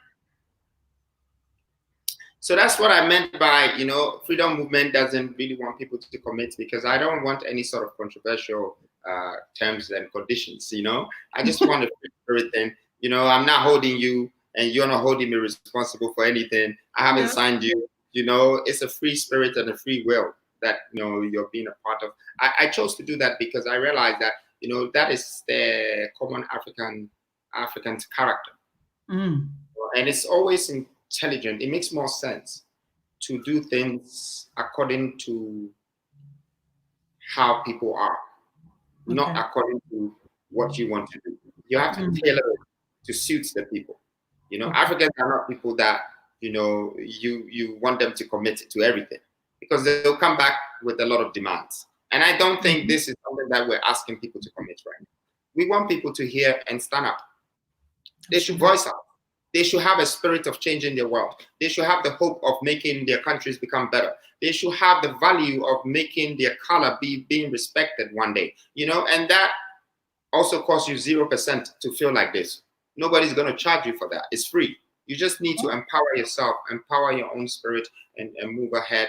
But like I was saying about the woman, it's just that, she got expelled from one organization and decided to stand up and talk. But that's what we kind of need right now. A lot of people, when the other people turn their back on you, don't be scared. Yes, you turn your back on me, I turn my back on you. Okay, what you didn't do right, I'm gonna say it, because you are saying what I didn't do right. That's why you've expelled me. That's why you've terminated me. Okay, fine. Let me also talk about what you didn't do right, so it becomes fair. And I think it's better than us trying to commit ourselves to something that we might come back and say we didn't, or we did, or this, or I didn't want to. We should just stand up. It's only a few of us, and we need more people like that. Absolutely, Nana. I just can't thank you enough for being with me for 2 hours. Oh my gosh, this is the longest interview. The longest time, but it's been one of those conversations where you don't even see the time, because it's real talk, and it's your passion. It's the person who you are, the person I've known for many years. I respect you a lot. I thank you for being an inspiration to the youth, being an inspiration for Africa and Africans. And we are going to be praying for you. Thank you. To make sure that everything that you have set out to do, you'll be able to achieve it. Thank you. But thank you so much. We are going to have our proper interview, Nana. This is just by the way, COVID-19 interview. So we're going to have our proper one in Ghana when I come home. And and take a look at the #1 Oxford Street, all the amazing things that you are, the image, the positive image that you're putting out there for Africa. And we really appreciate you. There's so many questions. People, I can't go through it because it's a lot. I've gotten so many questions, but it's a lot. Otherwise, we'll be here for the next 4 hours. Yeah. But I don't know whether you want to say any last words, but I'm going to give out your website details. People are asking me, and your Instagram details. I'm going to share it with them. But thank you. Thank you so much, Nana. Thank you. So my Instagram is I am freedom. A little bit of controversy, a little bit of culture, a little bit of nothing, but more so, you have the strongest quotes, that the smartest ones that are listening to me in words are probably forming a book of quotes. Wow. That's going to make something. So might not see where the catch is, but those who have the eyes to see, they see. The ears to hear, let them hear. I love you all. I love you, Dentaa. You're a great woman. And I pray that you become one of the greatest women in Africa. God will bless you, and through you, many people will hear people's voices. And Amen. Honor people, you've honored people, you've rewarded people, you put your heart out there. And I believe that if we had a lot like you, there will be a change. So I pray that all the kids out there should look at you, let them become a mother, let them become a wife, let them become a girl, a woman, and someone that actually impacts society like yourself. I appreciate you very much. God bless you, and God bless you. God bless you, Nana. Thank you so much for your time. And I will see you in Ghana once the borders open. Thank you. Bye, Nana. Wow. What an interview. I know you've been inspired. I know you're ready for that book. What an inspiration. I am just speechless. We've had so many people that have tuned in. It's incredible. But guys, please, if you are on YouTube, please hit that subscribe button, share this interview, let people be blessed by this interview as well, because I know you guys are putting fire, you're saying blessing, but make sure that it blesses somebody else. Please subscribe to the YouTube. Please follow me on Facebook. My Instagram is Dentaa_show. So is my Twitter. Lastly, before I go, the embassy in the USA are doing Ghana Unites. So they're doing a virtual concert to raise money for COVID-19. There's been a lot of Ghanaians who have lost their lives in America.